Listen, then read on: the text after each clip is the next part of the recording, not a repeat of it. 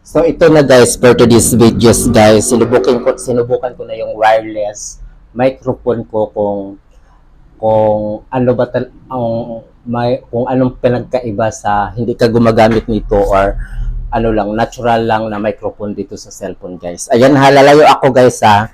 Ayan, lalayo ako. O ayan guys, naririnig niyo pa yung boses ko. Kahit magtago pa ako dito sa ano guys, sa bandang CR, takpan ko pa ng kortena. So naririnig niyo pa ako guys. Kasi dati guys, nung wala pa akong wireless microphone, malayo ako, hirap na hirap ako, hindi ko marinig yung boses ko. Kung natural lang na microphone yung gamit ko, yung sa cellphone lang talaga. Yung naka-built-in sa cellphone yung microphone niya. Ayun guys, matry na natin kung ano ba talagang pinagkaiba. So ngayon guys, lalabas na naman ako.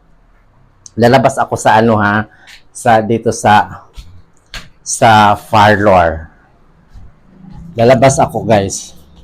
Tingnan natin kung maririnig nyo pa ako. Ayan, lalabas ako guys. So maririnig nyo pa ako guys. Hindi na ako nakita sa screen guys ha. Dito ako sa labas. Ayan. So ngayon, subukan natin yung ano. Tanggalin natin yung microphone.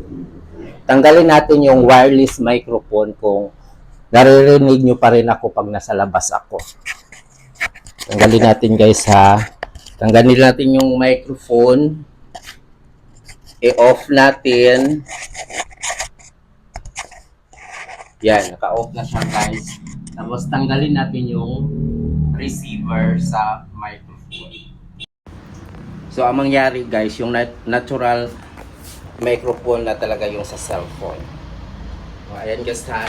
Doon ako sa labas ha. Magsasalita ako sa labas. Palang pieces na to, lumabas ako guys.